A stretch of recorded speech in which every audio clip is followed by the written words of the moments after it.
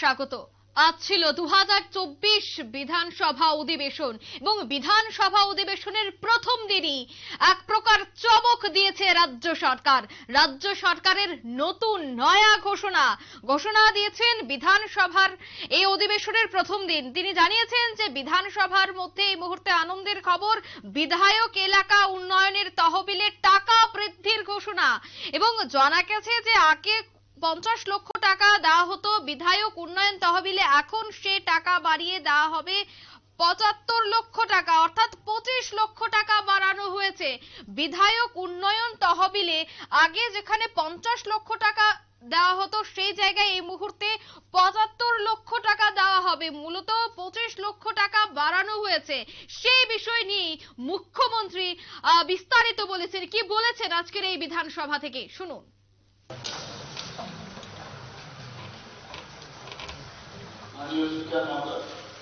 প্রথমে এখানে উপস্থিত সমস্ত মাননীয়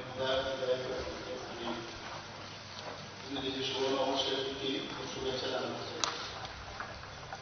আমরা জানি যে বিধায়ক এলাকা উন্নয়ন করে, এখন বর্তমানে আমাদের 50 লক্ষ টাকা করে বরাদ্দ করেছে এবং তাতে করে আমাদের 7 জন মেম্বারদের 30 কোটি টাকা দেয় এবং এতে করে প্রায় 45 কোটি টাকা বরাদ্দ।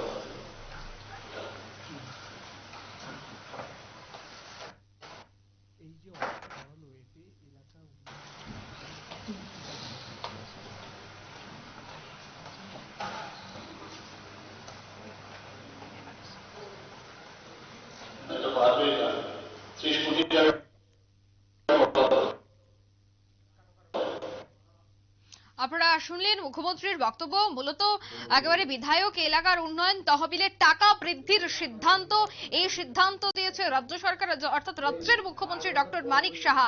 সেই বিষয় নিয়ে আমি আরো বিস্তারিত জানবো। নিউজ রুম থেকে সরাসরি যুক্ত হয়ে যাচ্ছে নিউজ ভ্যানগার্ড প্রতিনিধি সুপ্রীতি মুখার্জি। সুপ্রীতি, বিধায়ক উন্নয়ন তহবিলে টাকা বৃদ্ধি করা হয়েছে, এই টাকা বৃদ্ধিকে কেন্দ্র করে বিধায়কদের জন্য কতটা সুবিধে হবে? দেখো অঙ্কিতা, আজ 2024 সালের পূর্ব ঘোষিত সূচি অনুযায়ী 5 তারিখ থেকে শুরু হয়ে গেল বিধানসভার অধিবেশন। ত্রয়োদশ বিধানসভার আজকের তৃতীয় অধিবেশন, যা শুরু হয়ে গেল, চলবে 11 তারিখ পর্যন্ত। রাজ্যপাল ইন্দ্রসেনা রেড্ডি নাল্লুর ঘোষণা অনুযায়ী ভাষণ বক্তৃতার পরই শুরু হয়ে যায় বিধানসভা এবং তারপরেই কার্যত প্রয়াত বিধায়ক সুরজিৎ দত্ত এবং প্রয়াত বিধায়ক শামসুল হকের প্রতি শ্রদ্ধা নিবেদন করেন উপস্থিত সদস্যরা এবং তারপরেই কার্যত কিছুক্ষণের জন্য মুলতুবি রাখার পর শুরু হয়ে যায় বিধানসভা অধিবেশনের যাবতীয় প্রক্রিয়া।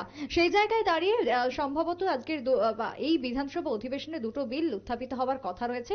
তবে তার আগে তুমি যেমনটা বলছিলে যে মুখ্যমন্ত্রীর ঘোষণা, মুখ্যমন্ত্রী ইতিমধ্যেই ঘোষণা দিয়েছেন কার্যত যে অর্থ রাশি বর্ধিত করা হয়েছে বিধানসভা বিধায়ক উন্নয়ন তহবিলের অর্থে, সেক্ষেত্রে দেখা যাচ্ছে যে 50 লক্ষ টাকা থেকে বৃদ্ধি করে 75 লক্ষ টাকা করা হয়েছে কার্যত। এবং এই প্রকল্পে রাজ্যের মোট 60 জন বিধায়কের জন্য মোট আর্থিক ব্যয় বরাদ্দ 30 কোটি থেকে বৃদ্ধি পেয়ে 45 কোটি টাকা হয়েছে এবং যা 2024-25 অর্থ বছরে কার্যকর হবে।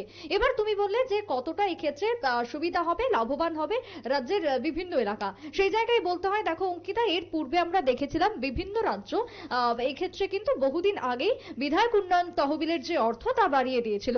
সেই জায়গা থেকে কোথাও গিয়ে পিছিয়ে ছিল আমাদের রাজ্য।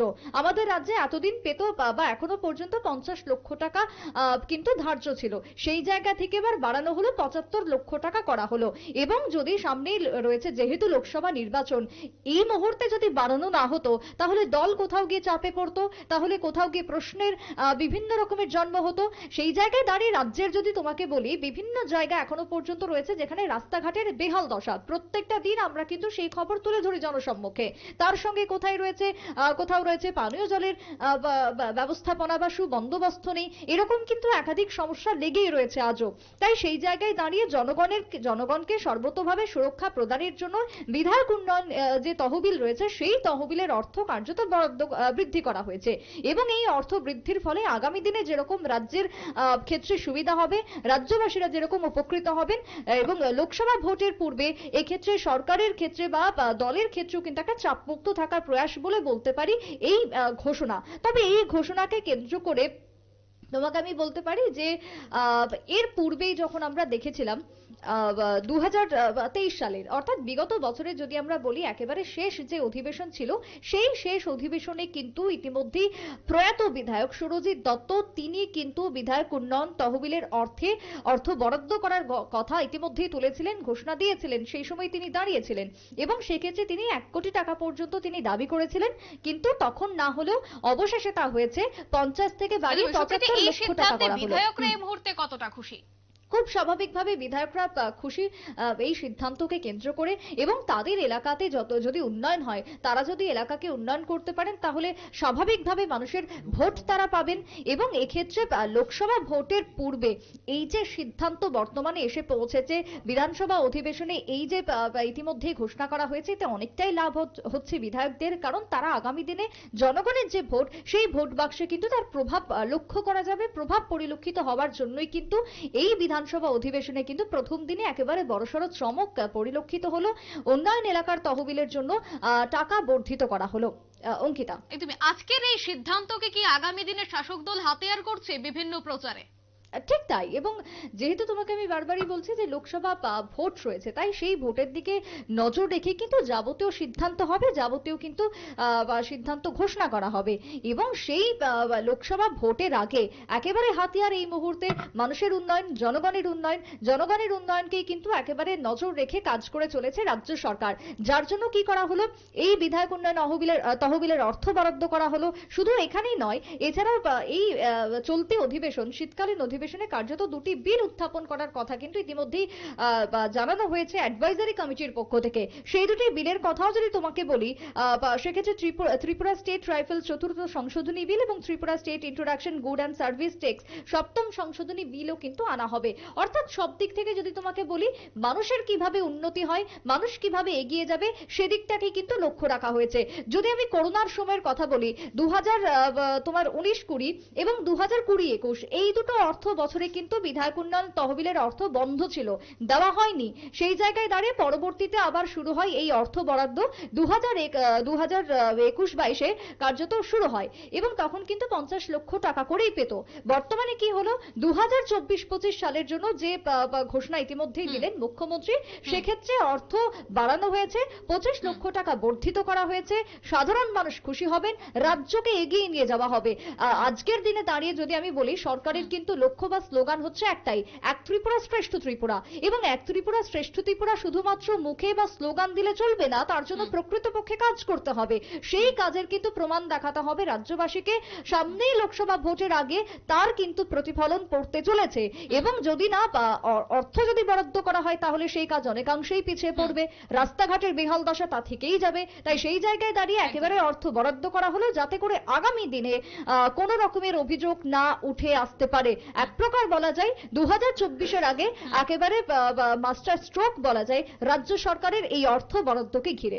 অঙ্কিতা, ধন্যবাদ সুপ্রীতি।